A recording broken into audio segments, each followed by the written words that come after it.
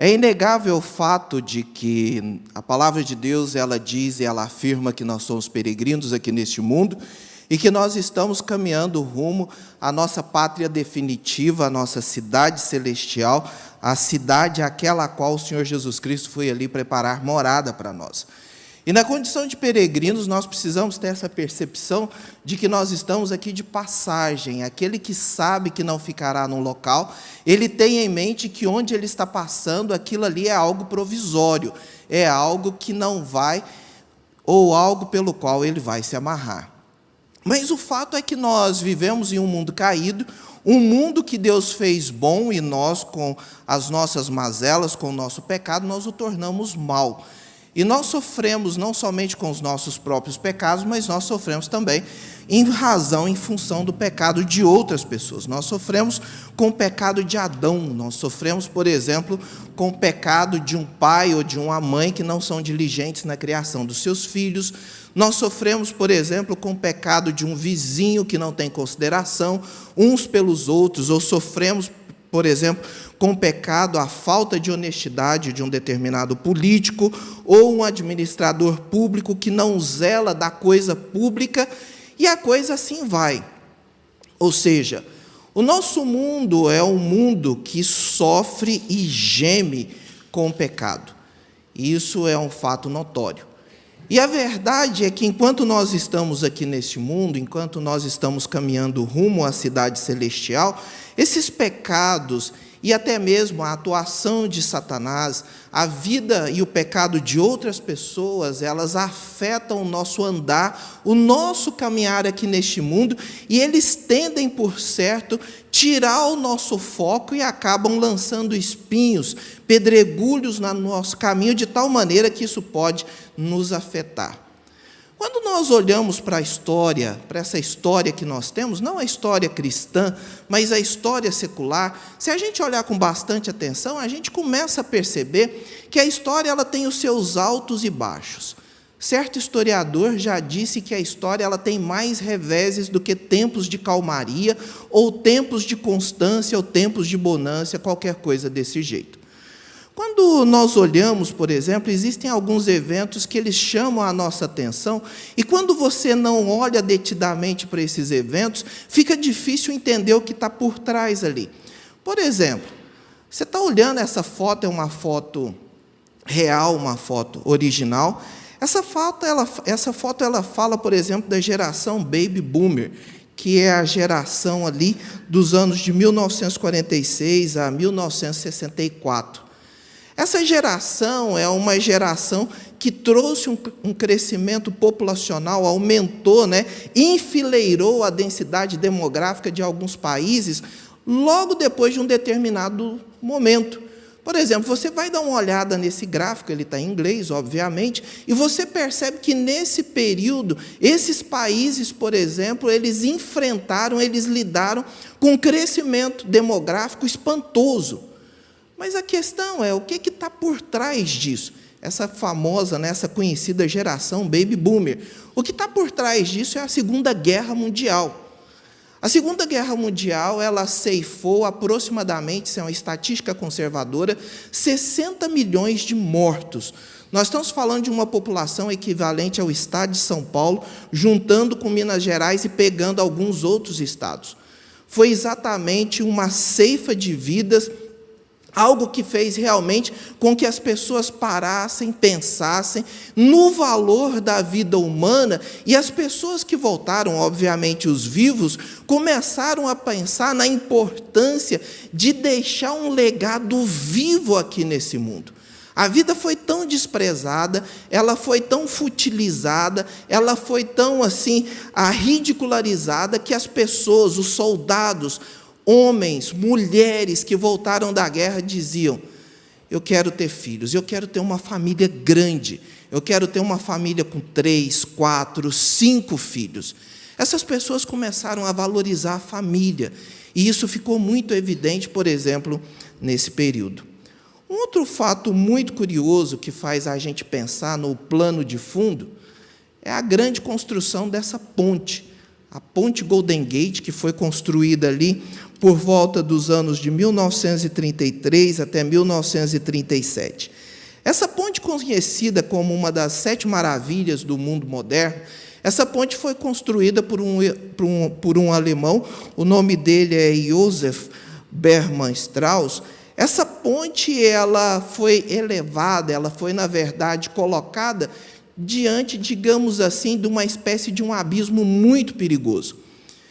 Esse engenheiro ele não tinha muita experiência na construção de pontes elevadas, na verdade, a chamada ponte pênsil, e havia um ditado naquela época que dizia o seguinte: uma fatalidade a cada $1 milhão. E essa ponte ela foi avaliada em 20 milhões, e as pessoas começaram a dizer, isso significa que essa ponte vai ceifar 20 vidas aqui. E ficou toda aquela agitação, toda aquela dúvida, e a pergunta, a questão é o que fazer diante disso? O uso de equipamentos de proteção individual, eles não eram muito utilizados naquela época, mas o engenheiro, então, ele começou a colocar redes, você pode ver isso nessa foto, e foi usado, e foi tido como algo necessário para as pessoas, para os trabalhadores naquela época, para que eles pudessem trabalhar e trabalhar de forma segura. Parece assim até uma coisa redundante, mas o simples fato deles terem colocado as redes não é que as pessoas começaram a cair, serem seguras ali. As pessoas começaram a tomar mais cuidado na execução do trabalho e na execução da obra. Você fala, poxa, realmente é um fato muito interessante e muito curioso.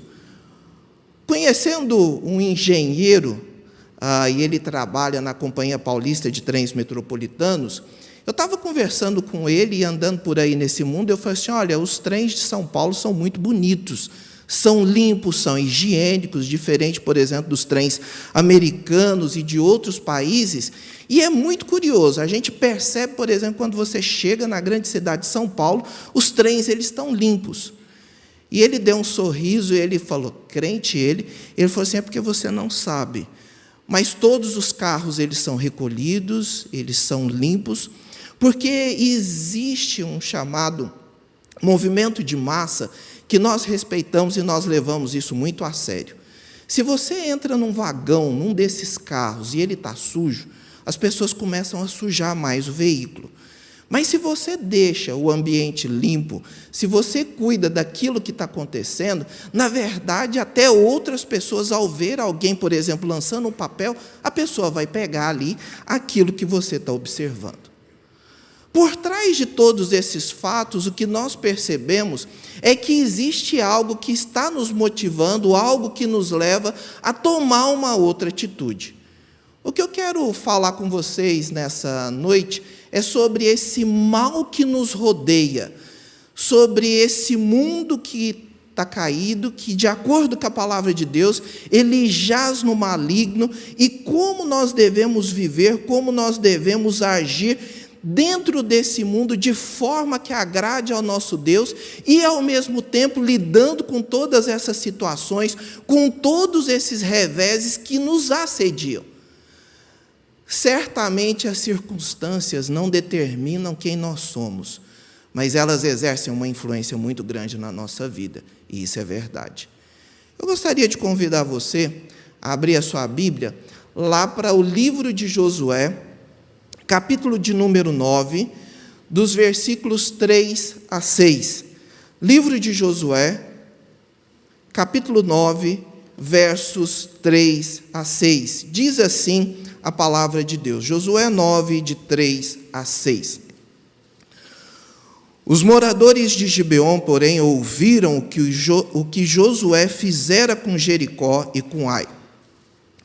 Usaram de estratagema, de armadilha, de plano, de emboscada, e foram e se fingiram embaixadores, e levaram sacos velhos sobre os seus jumentos, e odres de vinho velhos, rotos e consertados, e nos pés sandálias velhas e remendadas, e roupas velhas sobre si. E todo o pão que traziam para o caminho era seco e bolorento.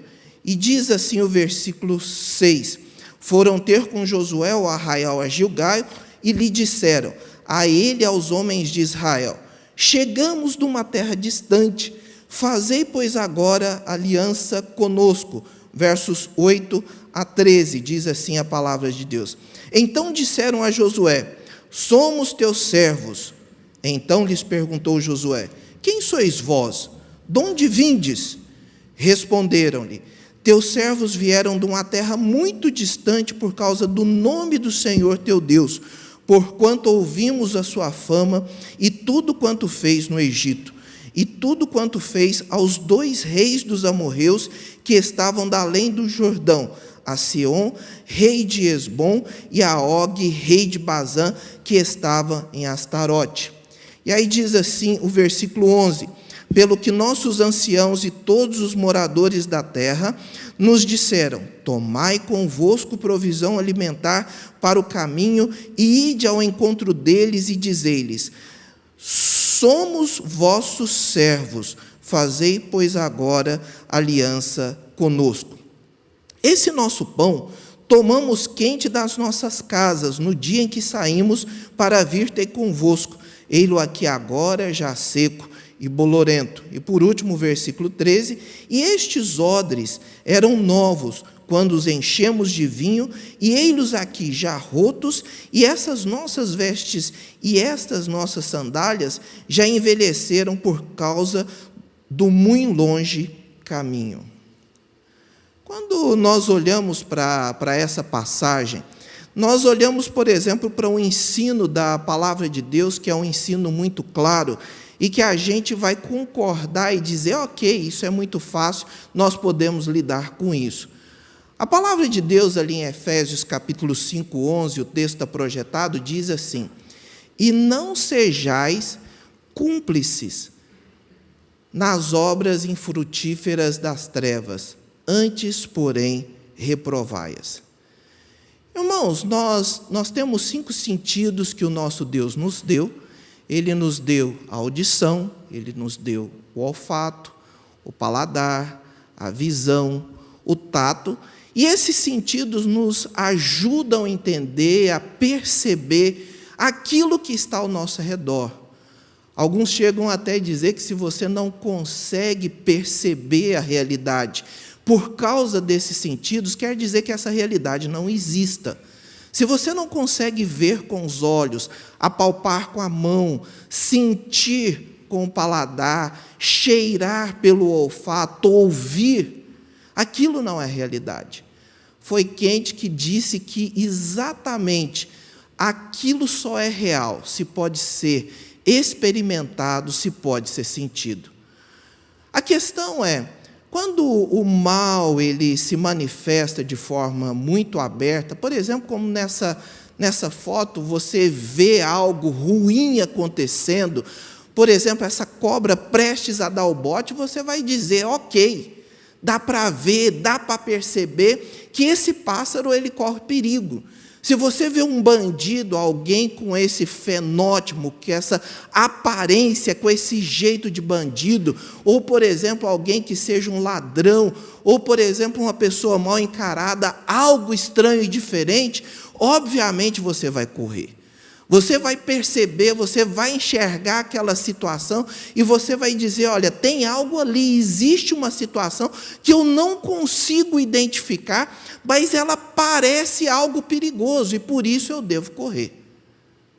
Quando nós vemos isso, seja transitando numa rua escura, ou vendo pessoas suspeitas perto da nossa casa, próximo da gente, abrir o nosso portão, ou quando nós vemos rapazes suspeitos, por exemplo, rondando a escola, qualquer coisa dessas, quando nós estamos numa grande cidade como a cidade de Limeira, a gente pode dizer: olha, existe algo que está ali, algo mal, que eu preciso evitar.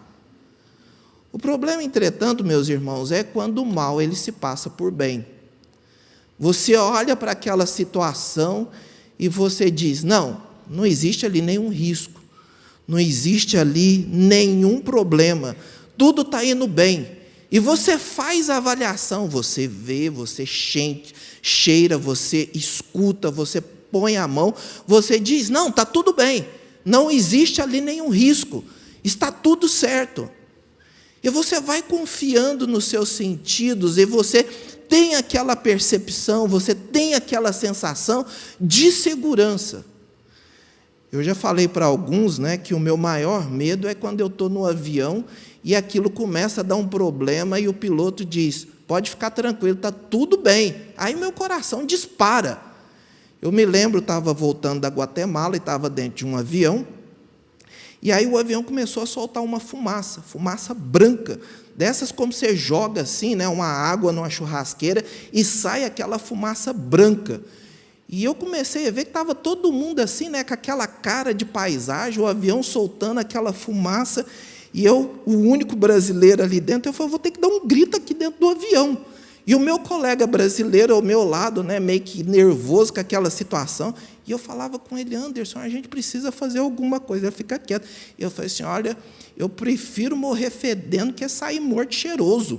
Né? E eu dei um grito, falei, gente, o avião está pegando fogo. Né? E a hora que eu falei assim com aquela convicção, o piloto pegou o microfone e falou assim, calmem, senhores, isso aqui não é nada sério. Eu falei, a vaca foi para o brejo. A situação aqui é pior do que eu imaginava. E, de fato, estava acontecendo um vazamento de alguma coisa na aeronave, mas eles pararam, retiraram a nossa bagagem, mas, por incrível que pareça, nós fomos na mesma aeronave. Nunca orei tão intensamente na minha vida por causa de tudo isso. A palavra de Deus, ela diz para nós que há caminho que parece direito ao homem. Está lá em Provérbios, capítulo 16, 25. A palavra de Deus, ela usa essa expressão, parece. Essa expressão, ela está muito relacionada com aquilo que nós conseguimos ver, com aquilo que você consegue avaliar, com aquilo que você consegue perceber. Você bate o olho e está dizendo, está tudo bem. Você olha e pensa que é algo, mas, na verdade, é outra coisa querendo se passar. E quando você dá uma olhada de perto nesse versículo, e se você troca, por exemplo, a palavra caminho por decisão, olha só como que fica o versículo. A decisão que parece correta ao homem, ou seja, a pessoa. Você olha para aquilo e diz, não, está tudo certo, não tem nenhum problema, não há nenhum perigo aqui, não existe nenhum risco. E aí o texto ele continua e diz assim, mas o seu fim são decisões que levam, que conduzem para a morte. A palavra de Deus ela está chamando a nossa atenção e dizendo que nós precisamos tomar cuidado com aquilo que parece algo que nós avaliamos bem, quando, na verdade, o mal ele está ali de forma sorrateira, querendo ceifar, exatamente roubar a alegria de nós que somos filhos de Deus e querer trazer um mal e um prejuízo para a nossa vida. Irmãos, nós vivemos num século em que as pessoas estão dizendo que os princípios e os valores da palavra de Deus, eles precisam ser rejeitados, que a família, o casamento, não tem mais nenhum valor. Meus irmãos, nós vivemos num mundo que jaz no maligno. O apóstolo Paulo, ali em 2 Coríntios, capítulo 2, versos 11 e 3, o apóstolo Paulo diz assim, para que Satanás não alcance vantagem sobre vós, pois não lhes ignoramos os seus ardis, as suas artimanhas. E aí diz assim, entretanto receio que assim como a serpente enganou Eva com sua astúcia, também a vossa mente seja de alguma forma seduzida e se afaste da sincera e pura devoção a Cristo. Nessa passagem que nós lemos aqui, o povo de Israel já tinha terminado a sua caminhada, a sua jornada em direção à terra prometida. Nós estamos falando do início do período da conquista. A cidade de Jericó e a cidade de Ai, elas já tinham sido tomadas. E nós temos aqui povos que, diante da palavra de Deus, tinham sido ordenados para serem destruídos, são os cananitas, que têm uma ancestralidade muito ruim. São povos extremamente obstinados, perversos, que não valorizavam o casamento, a família, a vida humana, e Deus havia decretado um herém, né, que é uma palavra que significa algo que foi devotado para a destruição. E a palavra de Deus é muito clara de que eles não deveriam fazer nenhum pacto, nenhuma aliança com esses povos, porque na sua gênese, na sua origem, na sua característica intrínseca, eles iriam corromper o povo de Deus de tal maneira que eles iriam comprometer a incolumidade do povo de Deus e o serviço que eles deveriam realizar. E o povo de Deus sabia muito claramente a respeito desse mandamento do Senhor e qual deveria ser a postura. Eles venceram na batalha da cidade de Jericó, perderam na cidade de Ai no primeiro momento. O Senhor revelou o pecado de Acã, que estava ali, e eles estão caminhando, chegando à terra prometida. E a notícia daquilo que o povo de Israel estava fazendo, ela correu como um rastilho de pólvora. Os israelitas estão chegando, e esse povo não é fácil, eles têm um Deus grande, poderoso, que mandou aniquilar todos os cananeus aqui. Como que nós vamos viver? E os midianitas, também de origem cananita, eles estão sabendo dessa notícia, e eles estão dizendo, se a gente chegar ali mostrando a nossa identidade, o nosso pedigree, a gente não vai conseguir viver junto com esse povo. E a gente, então, precisa fazer algo para enganar esse povo, para que ele preserve a nossa vida. E surge, então, o estratagema. Nós vamos fazer o seguinte, nós vamos pegar uns pães velhos, nós vamos pegar os odres, ou seja, as garrafas térmicas aqui, nós vamos colocá-las todas rachadas, nós vamos pegar sandálias rasgadas, vestes velhas, nós vamos chegar lá sem escovar os dentes, vamos comer cebola, fazer o hálito parecer ruim. E aí eles vão pegar, cheirar, eles vão ver, eles vão ouvir e sentir que a nossa história que eles vão ouvir, de fato, é uma história coerente. Eles verão com os olhos, vão sentir, vão comer aquele pão velho, vão ver as sandálias rasgadas, os vestidos velhos, e vai estar tudo certo. Irmãos, nós imaginamos que o mal, ele venha tal qual ele é, com aquelas garras afiadas, com aquele tridente do mal, com aquilo de fato querendo roubar a nossa alegria e querendo ceifar a nossa felicidade diante do Senhor. Esse texto, ele mostra que o mal não age dessa forma. O apóstolo Paulo, ele está dizendo, porque nós não subestimamos os seus ardis, as suas artimanhas. O apóstolo Paulo está falando de uma emboscada em que Satanás é capaz de se travestir e vestir como se fosse anjo de luz, de tal maneira que, se possível for, enganaria até os escolhidos. Essa passagem é uma passagem que é usada do Novo Testamento exatamente para ampliar essa percepção daquilo que o mal é capaz de fazer no meio do povo de Deus. Meus irmãos, nós vivemos num mundo que faz uma apologia a tudo aquilo que o nosso Deus condena. Um mundo que é capaz de colocar num desenho animado infantil aquilo que Deus está dizendo é errado e é pecado. Eu me lembro uma vez do meu filho de 5 anos vendo um desenho animado e, de repente, um garotinho deu uma piscada para outro. Eu falei, opa! Isso aqui não está certo, mas você olha o desenho, uma arte tão bonita, uma música tão legal. De repente, eu estou vendo com ele um desenho em que a garotinha começa a apontar o dedo em riste para o pai. Esse é o nosso mundo que diz que você ser correto, você ser cristão, está dizendo isso é careta, isso é coisa do passado. Esse mundo que fala que se nós andarmos certos, nós, na verdade, estamos fazendo tudo errado. É esse mundo que reconhece, por exemplo, como profissão os garotos e as garotas de programa, como tendo até a possibilidade de recolher INSS. Já pensou isso? O mundo que nós vivemos é um mundo que abomina o casamento, que odeia a família e que a vida humana vale cada vez menos.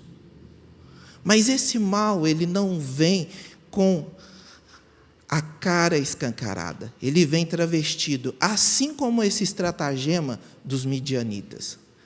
ele vem com um aroma bom, ele vem, na verdade, com uma veste convincente, ele vem com uma conversa macia, ele vem dizendo que tudo isso é algo muito bom e que, na verdade, você só vai saber se aquilo é mal se você experimentar. O nosso mundo é um mundo que despreza a verdade e que valoriza a narrativa e o discurso. As pessoas não suportam mais ouvir a verdade da palavra de Deus e elas começam a dizer: mas eu estou experimentando isso, veja, eu sou vítima disso que está acontecendo, porque o meu pai não deixa mais eu fazer isso, eu não posso mais comprar esse telefone celular, como pode isso? Meu pai é um carrasco. Você ouve isso e você pensa: poxa, alguém está matando essa pessoa, e não é nada disso. É a sociedade da vitimização, dizendo que tudo aquilo que elas querem é mais importante do que a verdade da palavra de Deus. Irmãos, viver num mundo que tem os seus valores invertidos, que olha para aquilo que a palavra de Deus valoriza, é fazer exatamente aquilo que o Dr. John Stott disse, é viver contra a correnteza. O cristianismo, irmãos, é por natureza contracultural. Eu me lembro de pregar algumas vezes na nossa igreja, e um dos advogados que lá frequenta a nossa igreja, ele teve até a participação na defesa, e no auxílio ali da Operação Lava Jato, e eu acabava de fazer a pregação, e ele chegava para mim e dizia assim: sua pregação de hoje teve 5 crimes, E eu falei: vixe, então eu estou piorando, Ele falou: não, está melhor, de outras vezes o senhor falou 10, Isso para ele fazer esse tipo de gracinha, porque sabe que eu sou formado em Direito. Irmãos, nós chegamos dias em momentos que aquilo que nós falamos começa a doer os ouvidos, as pessoas não suportam mais. O modo como nós precisamos conduzir os nossos filhos no caminho do Senhor. A valorização do chamado casamento monogâmico, valores e princípios que a palavra de Deus ensinam. Nós estamos, de fato, vivendo num mundo extremamente perigoso, mas, acima de tudo, num mundo que vem e tem o mal de forma travestida. Mas eu queria olhar para a segunda parte dessa passagem, convidar você para olhar Josué 9, de 14 a 19, o que essa passagem ela fala para nós? Josué capítulo 9, versos 14 a 19, diz assim: então, os israelitas, confiando apenas naquilo que eles puderam ver, sentir, cheirar, ouvir, tomaram da provisão e não pediram conselho ao Senhor. Josué concedeu-lhes paz e fez com eles aliança de lhes conservar a vida, e os príncipes da congregação lhe prestaram juramento. Ao cabo de 3 dias, depois de terem feito aliança com eles, ouviram que eram seus vizinhos e que moravam no meio deles. Pois partindo os filhos de Israel, chegaram à cidade deles ao 3º dia. Suas cidades eram Gibeon, Quefira, Berote e Quiriate Jearim. Os filhos de Israel não os feriram, porque os príncipes da congregação lhes juraram pelo Senhor Deus de Israel, pelo que toda a congregação murmurou contra os príncipes. Seus imbecis, como é que vocês tomaram uma decisão dessa? Vocês não viram? E eles diziam: sim, nós vimos, e parecia que eram de longe. Mas vocês não prestaram atenção? Prestamos. O pão estava bolorento, as vestes estavam rasgadas, as sandálias ruins, os odres velhos. Tudo parecia muito bom. Então todos os príncipes disseram à congregação: nós lhes juramos pelo Senhor Deus de Israel, por isso não podemos tocar-lhes. Existe uma passagem lá no texto de Samuel, que fala de um episódio muito parecido com isso que está acontecendo aqui. Alguns séculos depois que o rei Saul havia sido escolhido, e de acordo com a palavra de Deus, ele é esse homem belo, viril, que se destacava diante de todos os outros, possivelmente um porte físico imponente, especialmente para aquele que era responsável por comandar os exércitos do Senhor, uma pessoa que dava destaque, respeitabilidade e que mostrava que esse era um exército digno da escolha, que tinha algo, uma pessoa, uma liderança firme ali. E Deus rejeita Saul, esse rei que na verdade tinha um coração dúbio, uma obediência extremamente condicionada, e chega o momento que Samuel é encaminhado então até a casa de Jessé, para escolher o novo sucessor, na verdade aquele que iria inaugurar a dinastia davídica. Ele chega ali e vai chamando os filhos, chega o mais velho, o primogênito, e Deus não diz exatamente quem é. E ele está perto já para ungir, o Senhor fala, não é esse aí não. E aí ele fala, próximo. E aí ele olha então para aquele e fala assim, um pouquinho melhor, né? E ele vai, então também não é esse não. E a coisa vai ficando meio chata, meio monótona, e de repente, Samuel fala, tem mais alguém? E Samuel diz assim, tem um adolescente, um ferruginha, um chatinho. E ele chega ali, pai, o que foi? Quando ele vê aquela situação, o coração dele parte. Onde eu vi amarrar o meu cavalo, que esse menino, isso não vai dar futuro. O fato é que a escolha de Saul foi uma escolha baseada exclusivamente naquilo que o povo conseguia ver.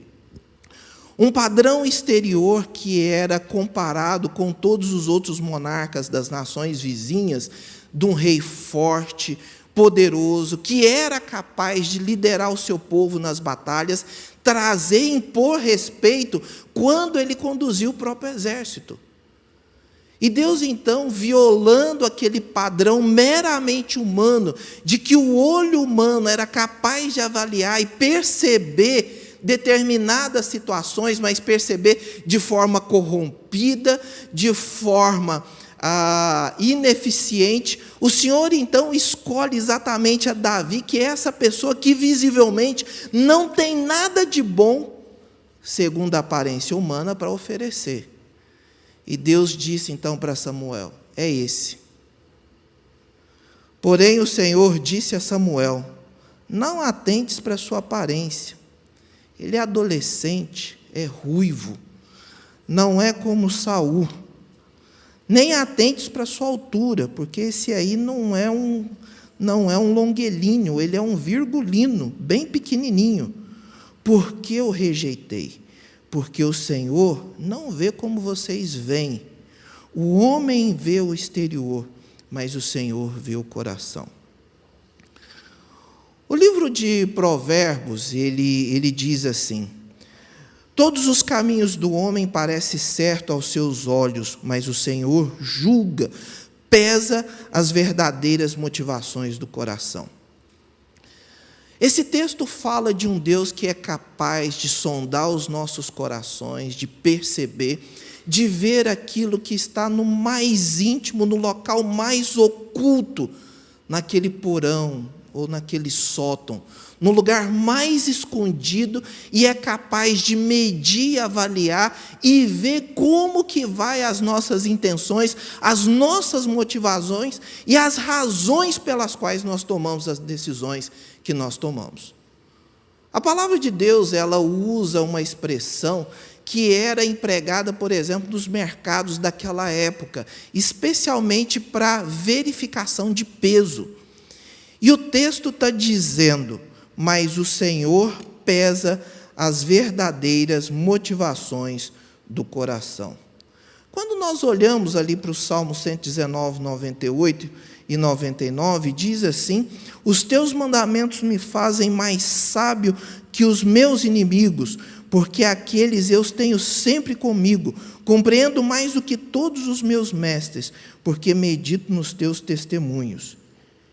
E Provérbios 16, 2 diz assim, confia no Senhor de todo o teu coração, e não te estribes, O estribo é essa espécie de alça de metal que é colocado numa sela para que o cavaleiro, então, ele suba, ele se apoie ali e fique firme na montaria. Irmãos, quem nos deu a visão, a audição, o tato e o paladar foi exatamente o nosso Deus. Deus não está pedindo para que nós deixemos de lado, deixemos de usar.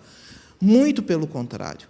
O que a palavra de Deus está dizendo é que nós devemos usar, mas nós não devemos confiar exclusivamente naquilo que os nossos olhos, naquilo que os nossos ouvidos, naquilo que as nossas mãos são capazes de apalpar. Irmãos, nós vivemos de fato em dias maus e nós precisamos confiar no Senhor. Nós precisamos entender. Então os israelitas tomaram da provisão e não pediram conselho ao Senhor. Quantas vezes, irmãos, nós tomamos decisões sem antes consultar o nosso Deus, a sua palavra, meditar, ver como que a palavra de Deus pode nos orientar nessas situações ou nesses casos. Nós confiamos demasiadamente naquilo que nós enxergamos, naquilo que nós avaliamos, e nós dissemos, está tudo bem. Quando, na verdade, existe uma artimanha, uma armadilha do nosso mundo caído, preparada ali, prestes a roubar exatamente a estabilidade do nosso casamento, da nossa família, ou até dos nossos filhos que acabam sendo comprometidos nisso.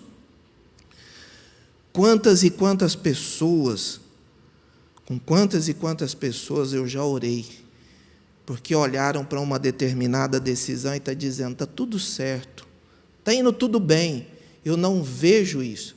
E a pergunta é, será que isso vale a pena você trocar isso, esse dinheiro, essa importância, por aquilo que isso vai comprometer a sua família? Não. Pode ficar tranquilo, pastor, está indo tudo bem, está tudo certo. Olha, eu já ouvi essa história antes, isso não vai dar certo. E depois chegar a fatura, pior do que fatura de cartão de crédito, não paga. Irmãos, nós precisamos tomar cuidado com aquilo que nós olhamos, enxergamos e que parece bem, quando, na verdade, existe um mal ali que está nos rodeando, nos espreitando. Esse texto, ele fala para nós do cuidado que nós precisamos tomar com esse mal que faz se parecer por bem. Nós precisamos tomar cuidado para não subestimar as manifestações do mal no nosso mundo. O mal que nos rodeia é um mal, muitas vezes, que se traveste de forma sutil, espreitando, buscando os filhos de Deus, querendo roubar a nossa paz, a nossa felicidade, por causa da segurança da posição que nós temos junto ao nosso Deus em razão do Senhor Jesus Cristo. Mas esse texto diz que nós precisamos depender do nosso Deus, do conselho dele, para que nós vivamos de forma sábia aqui nesse mundo. O desafio que eu quero fazer para você nessa noite é: como vai a sua vida com o seu Senhor, com o nosso Deus? Como que você tem caminhado? Aquelas grandes batalhas do povo de Israel ali no começo, isso deram para eles uma certa segurança e uma certa tranquilidade, porque eles viam Jericó, Ai, os nossos inimigos estão ali. Mas eles não contavam com aquela sutileza, com aquele mal que viria de forma subreptícia ali, exatamente querendo se camuflar. Irmãos, depois de uma pandemia, a nossa tendência é a gente afrouxar a vigilância, a nossa guarda com determinadas questões. Eu não sei como vai a sua vida, o seu casamento, a sua vida espiritual, mas o fato é que, se nós estivermos confiados apenas naquilo que nós conseguimos ver, cheirar, ouvir, tocar, você vai ser uma presa muito fácil, especialmente nesse mundo caído. Esse texto está aqui porque nós precisamos olhar com mais atenção, nós precisamos aprender. O apóstolo Paulo diz que tudo quanto foi escrito para o nosso ensino foi escrito. Irmãos, embora nós não sejamos Israel, nós sejamos a igreja do Senhor Jesus Cristo, isso aqui nos alerta para o fato de que nós precisamos entender que existe um mal que está nos assediando, um mal que se veste como bem, querendo se passar por bem e querendo roubar a nossa alegria, a nossa felicidade, a nossa estabilidade diante do nosso Deus. E a pergunta é: você está confiando em quem? Em você mesmo? Na sua expertise? Eu já tenho muitos anos de jornada cristã. Eu já vi essa cena antes. Ou você está pondo a sua confiança na palavra de Deus, no nosso Deus, na sabedoria que Ele é capaz de dar para você, naquilo que os seus sentidos não são capazes de avaliar. Eu queria convidar você para abaixar a sua cabeça nessa noite e começar a pensar como vai a sua vida e o seu compromisso com o nosso Deus, o seu engajamento. Num mundo caído, nesse que nós vivemos, não existe essa questão de meio termo.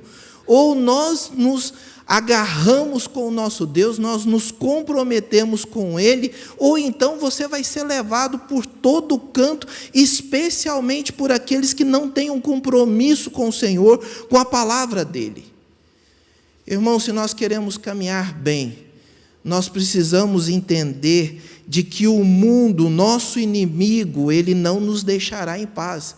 Ele virá das formas mais criativas, querendo fazer que aquilo que a palavra de Deus tão condena abertamente, pareça como algo bom, palatável, cheiroso, algo suave aos nossos ouvidos, quando na verdade é o mal que está nos rondando. Eu queria te desafiar a assumir um compromisso muito prático, de que você dedique mais tempo à palavra de Deus.